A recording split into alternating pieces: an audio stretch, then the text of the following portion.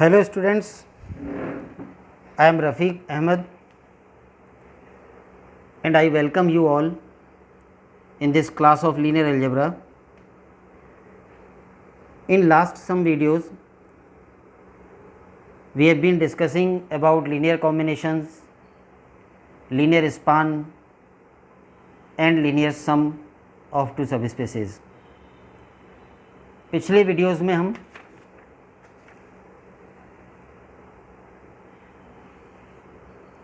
रैखिक संचय, रैखिक विस्तृति और रैखिक योग के बारे में पढ़ते रहे हैं और हमने इनसे रिलेटेड कई थ्योरम्स प्रूव की हैं। आज भी हम linear span and linear combination से रिलेटेड ही थ्योरम ले रहे हैं। थ्योरम यह है, एस किसी सदिश समष्टि V ओवर F का अरिक्त उपसमुच्चय है। That is V over F is a vector space and S is a non empty subset of V. Then we have to prove these two points. First है S V की उपसमष्टि है, implies and implied by LS is equal to S। यानी S subset तो दे ही रखा है, उपसमष्टि होगा क्या, यानी सबसेट है, सब स्पेस होगा या नहीं होगा। तो सब स्पेस होने की आवश्यक और पर्याप्त शर्त ये हो गई, LS बराबर S। That is S is a subspace of V if and only if linear span of S is equal to S itself. मतलब ये हुआ, हमने ये तो अच्छी तरह समझ ही रखा है कि लीनियर स्पान किसी भी सेट का हो वो सब स्पेस होता है। और एक हमने ये बात समझ रखी है कि S कभी तो V का ओनली सबसेट दे रखा होता है, उपसमुच्चय, और कभी S सब स्पेस दे रखा होता है। जब ये सब स्पेस होता है तो अपने आप में वेक्टर स्पेस होता है। अब कोई दिया गया सबसेट क्या सब स्पेस हो जाएगा, तो उसके लिए कंडीशन ये है कि इस सबसेट का जो लीनियर स्पान है, अगर वो खुद S ही के बराबर आ जाए तो S सब स्पेस होगा, अदरवाइज नहीं। तो ये फर्स्ट पॉइंट में प्रूव करना है। और सेकंड पॉइंट में हमें प्रूव करना है कि किसी सेट के लीनियर स्पान का linear span L of LS खुद LS ही होता है। यानी जब हम किसी सेट का एक बार लीनियर स्पान ले लेते हैं तो वो सब स्पेस हो जाता है, फिर उसका पुनः लीनियर स्पान लें, कितनी बार लें वो उतना ही रहता है। तो ये दो पॉइंट्स यहाँ पर प्रूव करने। प्रूफ पर आएँ, V over the field F vector space दिया हुआ है, S V का सबसेट है और S अरिक्त है, नॉन वाइड है। अब फर्स्ट पॉइंट पर आए, इफ एंड ओनली इफ के रूप में है, दोनों साइड से प्रूव करना होगा। एक बार हम S V का उपसमष्टि है ये मान के चलें और LS बराबर S प्रूव करना है। ये पहला पार्ट माना S V ओवर F का उपसमष्टि है, तो अब S को सब स्पेस मान लिया है, अब S सब स्पेस है। तो अब हमें प्रूव करना है, सिद्ध करना है कि LS बराबर S। तो LS बराबर S प्रूव करने के लिए वही तरीका है, दो समुच्चय जैसे बराबर प्रूव किए जाते हैं, दोनों को एक दूसरे का सबसेट प्रूव करेंगे। एक बार हम प्रूव करेंगे कि LS is a subset of S and फिर प्रूव करेंगे कि S is A subset of LS। तो पहले LS को S का सबसेट प्रूव करने के लिए एक एलिमेंट LS में लेंगे और प्रूव करेंगे कि जो LS में माना था वो S में भी होगा। तो मान लिया कि अल्फ़ा LS का एलिमेंट है। अब अल्फ़ा LS का है तो इसका क्या मतलब है, वही जो हर बार हम लिखते हैं, जब भी कोई एलिमेंट किसी समुच्चय के लीनियर कॉम्बिनेशन में होता है तो वो उस समुच्चय के कुछ सदिशों का लीनियर कॉम्बिनेशन होता है। तो अल्फ़ा LS का अवयव है, इससे स्पष्ट है कि अल्फ़ा S के कुछ सदिशों का संचय होगा। वो S के कुछ सदिश हमने ले लिए अल्फ़ा 1 से अल्फ़ा n तक, और ये A1 से AN तक कोफिशिएंट्स हैं। तो अल्फ़ा S के सदिशों के कॉम्बिनेशन के रूप में व्यक्त किया जा सकेगा क्योंकि वो LS का एलिमेंट है। यहाँ पर सभी AI यानी A1 A2 AN और सभी अल्फ़ा i, सभी AI तो F के एलिमेंट्स हैं और सभी अल्फ़ा i यानी alpha 1 alpha 2 alpha n S के वेक्टर्स हैं। तो ये हमने अल्फ़ा LS का अवयव मान लिया और LS का होने की वजह से वो कैसा होगा उस रूप में व्यक्त कर दिया। अब क्योंकि ये सारे जो अल्फ़ा वेक्टर्स हैं ये S के अवयव हैं तो इनका कॉम्बिनेशन भी S में ही होगा। ये क्यों होगा? क्योंकि S सब स्पेस मान के चल रहे हैं इस समय, और सब स्पेस में ये होता है। ये बात भी हमने पिछली थ्योरम्स में कई बार आई है और कई बार हमने देखी है कि जब S मात्र सबसेट होता है तब तो S के सदिशों का कॉम्बिनेशन S में ही हो, ये ज़रूरी नहीं होता, LS में होता है। और जब S सब स्पेस होता है तो फिर S के सदिशों का कॉम्बिनेशन S में ही आ जाएगा सब स्पेस होने पर। तो यहाँ S सब स्पेस उपलब्ध है तो ये वेक्टर S के हैं तो इनका कॉम्बिनेशन भी S में ही होगा क्योंकि S सब स्पेस है और ये कॉम्बिनेशन ही अल्फ़ा का मान है। तो इससे सिद्ध हो गया कि अल्फ़ा बिलोंग्स टू S, यानी वो अल्फ़ा जो हमने LS में लिया था अब सिद्ध हो गया कि वो S का अवयव है। इसका मतलब LS के हर सभी अवयव S में होंगे और इसका मतलब LS is a subset of S, ये प्रूव हो गया। अब S को LS का सबसेट प्रूव करने के लिए एक एलिमेंट S में मान लें, माना बीटा बिलोंग्स टू S। अब बीटा S का कोई अवयव है तो बीटा को हम 1 इंटू बीटा लिख सकते हैं। 1 इंटू बीटा को हम शब्दों में क्या कह सकते हैं? क्या है ये? यह है बीटा का यानी एक ही सदिश का लीनियर कॉम्बिनेशन, और ये एक सदिश किसका है? S का। तो 1 इंटू बीटा को हम कह सकते हैं S के एक सदिश बीटा का लीनियर कॉम्बिनेशन, यानी बीटा किस रूप में व्यक्त हो गया? S के सदिशों का कॉम्बिनेशन। S के एक सदिश का हो या ज़्यादा सदिशों का हो, अगर कोई S के सदिशों का कॉम्बिनेशन है तो वो LS का अवयव होता है। तो बीटा खुद बीटा का ही कॉम्बिनेशन है, यानी बीटा S के एक सदिश का संचय है, लीनियर कॉम्बिनेशन है, इसलिए बीटा LS का अवयव हो जाएगा। वो बीटा जो S का अवयव माना था LS का सिद्ध हो गया और इससे प्रूव हो गया कि S is A subset of LS।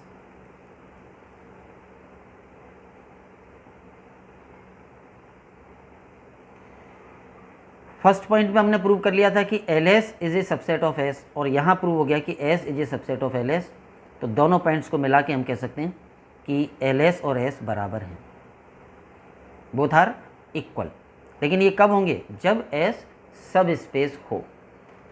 तो ये फर्स्ट पार्ट प्रूव हो गया, फर्स्ट पार्ट का एक साइड प्रूव हो गई कि जब S सब स्पेस है तो LS और S बराबर होंगे। अब इसका हम कन्वर्स प्रूव करेंगे। कन्वर्सली हम ये प्रूव करेंगे कि जब S और LS बराबर हों तो फिर S सब स्पेस होगा, और वो बात प्रूव करने के लिए विलोमते माना LS और S बराबर हैं। अब इनको बराबर मान लिया है, सिद्ध करना है कि S सब स्पेस होगा। LS V ओवर F की उपसमष्टि है।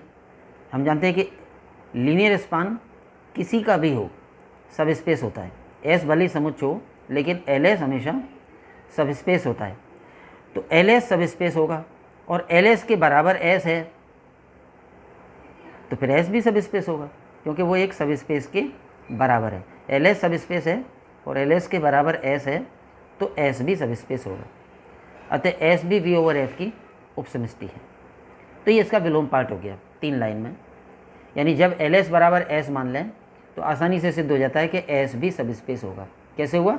LS सब स्पेस होता है और उसके बराबर S है तो S भी सब स्पेस होगा। तो अब दोनों साइड से प्रूव हो गया।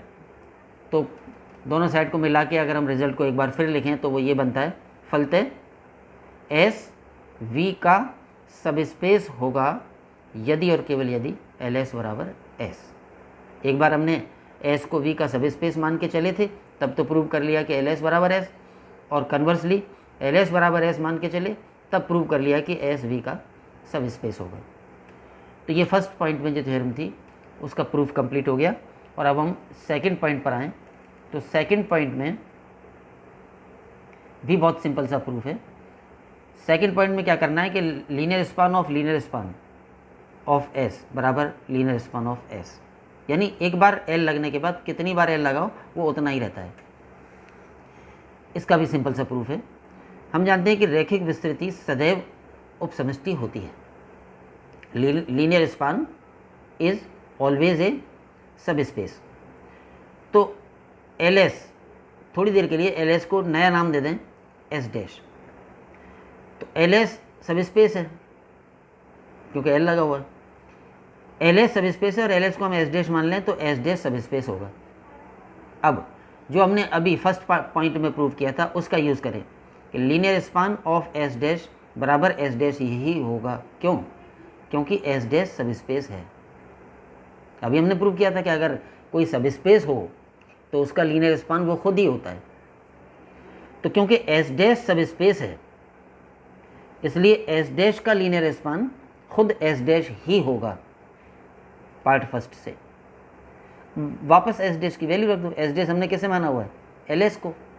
एस डैश की जगह एल एस, इधर भी एस डैश की जगह एल एस, तो प्रूव हो गया कि एल ऑफ एल एस बराबर एल एस। तो ये दो थ्योरम्स या एक थ्योरम ही हमने ली, उसके दो पार्ट कर दिए, उसके प्रूफ हो गए। यहाँ तक हमारे पास linear combination, linear span and linear sum से रिलेटेड जो मेन थ्योरम्स थी वो सभी कंप्लीट हो गई। अब हम लीनियर कॉम्बिनेशन से रिलेटेड कोई एग्जाम्पल लें। तो एग्जाम्पल ये है,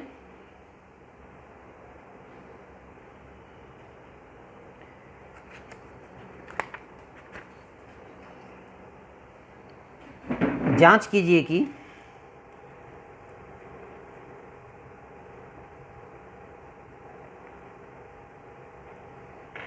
क्या अल्फ़ा तीन सदिशों अल्फ़ा 1, अल्फ़ा 2, अल्फ़ा 3 का रैखिक संचय है। यानी चार वेक्टर दे रखें, तीन तो हैं अल्फ़ा 1, अल्फ़ा 2, अल्फ़ा 3 और चौथा है अल्फ़ा। हमें ये जांच करनी है कि क्या अल्फ़ा इन तीनों का लीनियर कॉम्बिनेशन है। जहाँ चारों की वैल्यू दे रखी है, वेक्टर अल्फ़ा है 0, 4, 20, अल्फ़ा 1 है 2, 1, -1, अल्फ़ा 2 है -1, 0, 3 और अल्फ़ा 3 है 0, 1, 5। तो इन तीनों सदिशों का लीनियर कॉम्बिनेशन ये वेक्टर है या नहीं, इसकी जांच करनी है। सॉल्यूशन पर आएँ। अल्फ़ा, अल्फ़ा 1, अल्फ़ा 2, अल्फ़ा 3, ये चारों जो वेक्टर दे रखे हैं, पहले तो हम ये मेंशन कर दें कि ये किस वेक्टर स्पेस के वेक्टर हैं। वैसे तो अंडरस्टूड है, वेक्टर स्पेस V3/R जो होता है उसके वेक्टर्स हैं ये तीनों। सदिश अल्फ़ा, सदिशों अल्फ़ा 1, अल्फ़ा 2, अल्फ़ा 3 का लीनियर कॉम्बिनेशन कब होगा?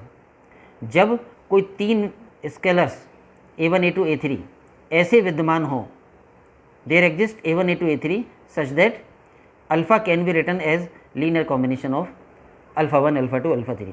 यानी जब अल्फ़ा इस रूप में व्यक्त हो जाए, यानी ऐसे कोई तीन गुणांक A1, A2, A3 यानी तीन रियल नंबर ऐसे विद्यमान हो कि ये टर्म अल्फ़ा के बराबर आ जाए, तो हम कहेंगे कि अल्फ़ा लीनियर कॉम्बिनेशन है इन तीनों का। तो अब हम आगे ये जानना चाहेंगे कि क्या A1, A2, A3 ऐसे कोई पॉसिबल हैं, A1, A2, A3 के कोई ऐसे मान हैं जो इस इक्वेशन को सेटिस्फाई करते हों। तो उसके लिए हम इसमें इसी इक्वेशन को हम जानना चाह रहे हैं कि ये पॉसिबल होगा कि नहीं, A1, A2, A3 के कोई मान ऐसे हैं कि नहीं। तो इसमें अल्फ़ा की वैल्यू, अल्फ़ा 1 की वैल्यू, अल्फ़ा 2 की वैल्यू और अल्फ़ा 3 की वैल्यू जो दे रखी है वो रख दी, तो ये इक्वेशन ये बन गया। अब इधर राइट हैंड साइड पूरा एक वेक्टर बन जाएगा। वो कैसे बनेगा? जैसा कि हम जानते हैं कि एक्सटर्नल कंपोजिशन की डेफिनेशन से पहले तो A1 अंदर तीनों कंपोनेंट से मल्टीप्लाई हो जाएगा, ये आ जाएगा 2A1, ये A1, ये -A1। A2 अंदर मल्टीप्लाई हो जाएगा तीनों कंपोनेंट से, -A2, 0, 3A2 और A3 अंदर तीनों कंपोनेंट से मल्टीप्लाई हो जाएगा तो 0, A3, 5A3 और फिर तीनों को जोड़ देंगे तो ये बन जाएगा 2A1 -A2 फर्स्ट कंपोनेंट आ गया, A1 + A3 सेकेंड कंपोनेंट आ गया और -A1 + 3A2 + 5A3 third component आ गया। तो ये कॉम्बिनेशन से ये वेक्टर बना। हम चाह रहे हैं कि ये वेक्टर इस वेक्टर के बराबर हो अल्फ़ा के, यानी this vector must be equal to this vector. और ये दो वेक्टर बराबर कब होंगे? जब कंपोनेंट वाइज सेम हो, यानी इसका फर्स्ट कंपोनेंट बराबर 0, सेकेंड कंपोनेंट बराबर 4 और थर्ड कंपोनेंट बराबर 20। उससे ये तीन इक्वेशंस बन जाती हैं। अब ये जो तीन इक्वेशंस बन गई, इनको सॉल्व करके हमें ये देखना है। इक्वेशन तो हम हर बार बना लेंगे, चाहे अल्फ़ा इन तीनों का कॉम्बिनेशन है या नहीं है। लीनियर कॉम्बिनेशन तो के रूप में हमने अज्ञात गुणांक लेकर व्यक्त कर दिया और उससे कॉम्बिनेशन तो बन ही जाएगा और ये 3 इक्वेशंस आ ही जाएंगी। लेकिन अब हमें देखना ये होगा कि ऐसे कोई A1 A2 A3 विद्यमान हैं भी कि नहीं जो इसे संतुष्ट करते हों, और इसे संतुष्ट तभी करेंगे जब वो इन तीनों समीकरणों को संतुष्ट करते हों। तो इन तीनों, अब अपना काम क्या है, इन तीनों समीकरणों को सॉल्व करके ये देखना है कि क्या A1 A2 A3 की वैल्यूज़ हैं या नहीं। तो सॉल्व करने का हम तरीका ये ले रहे हैं कि इसमें जैसे एक वेरिएबल एब्सेंट है, इसमें भी एक एब्सेंट है, तो आसान हो जाएगा। इसे A2 की वैल्यू A1 के रूप में लिख दें तो आएगी A2 बराबर 2A1, और इस तीसरे समीकरण से A3 की वैल्यू A1 के रूप में लिख दें तो A3 बराबर आ जाएगा 4 माइनस A1। A2 और A3 के ये मान जो 2 और 3 से निकाले हैं चौथे में रख दें, तो यहाँ पर माइनस A1 अपनी जगह, 3 एज इट इज, A2 का मान 2A1 और 5 A3 का मान 4A1 ये रख दिए। तो ये इक्वेशन जो बनी A2 और A3 का मान 4 में रखने पर जो इक्वेशन आई, इसको हम सॉल्व करके देख रहे हैं कि इसमें 6A1 और माइनस 5A1 और माइनस A1 6A1 वो कैंसिल हो जाएंगे और पाँचों को 20 इधर और 20 इधर, 20 बराबर 20, यानी सेटिस्फाई हो रहा है, संतुष्ट हो रहा है। इसका मतलब ये हुआ कि 2 और 3 से प्राप्त A2 और A3 के मान जो कि A1 के रूप में हैं वो 4 को ऑलवेज सेटिस्फाई करेंगे। इसका मतलब है कि हमें एक वेरिएबल स्वेच्छ लेने की छूट मिल गई, यानी A1 कितना भी ले लें, A1 का मान कुछ भी हो, A2 की वैल्यू 2A1 और A3 की वैल्यू 4 माइनस A1 रखेंगे तो समीकरण 4 ऑलवेज सेटिस्फाई होगा। तो इसका मतलब A1 का मान हम कितना भी ले सकते हैं स्वेच्छ रूप से। तो हम स्वेच्छ रूप से जैसे A1 का मान 1 ले लें, अगर हम A1 का 1 ले लेते हैं तो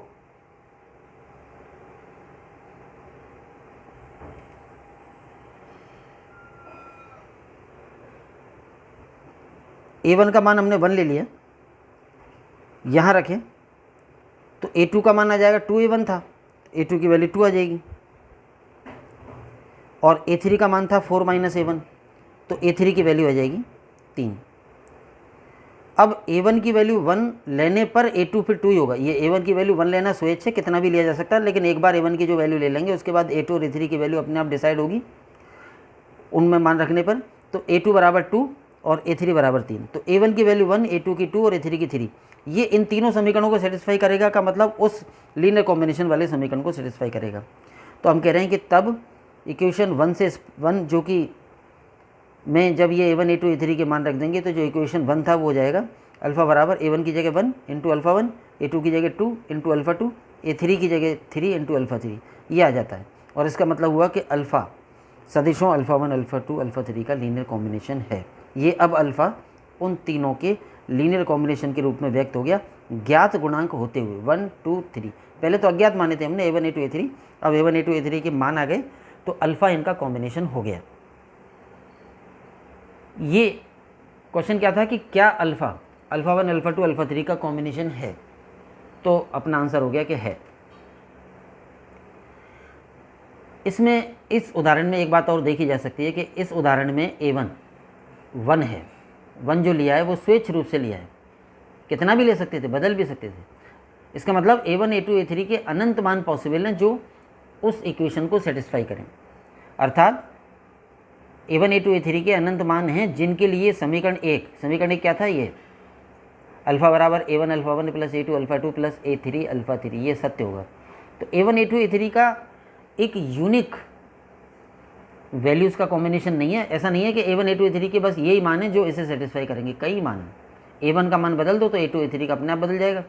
जैसे अगर हम A1 का मान 5 ले लें तो A2 बराबर था 2A1 तो वो 10 हो जाएगा, और A3 बराबर था 4 माइनस A1 तो वो -1 हो जाएगा, और ये मान भी संतुष्ट करेंगे।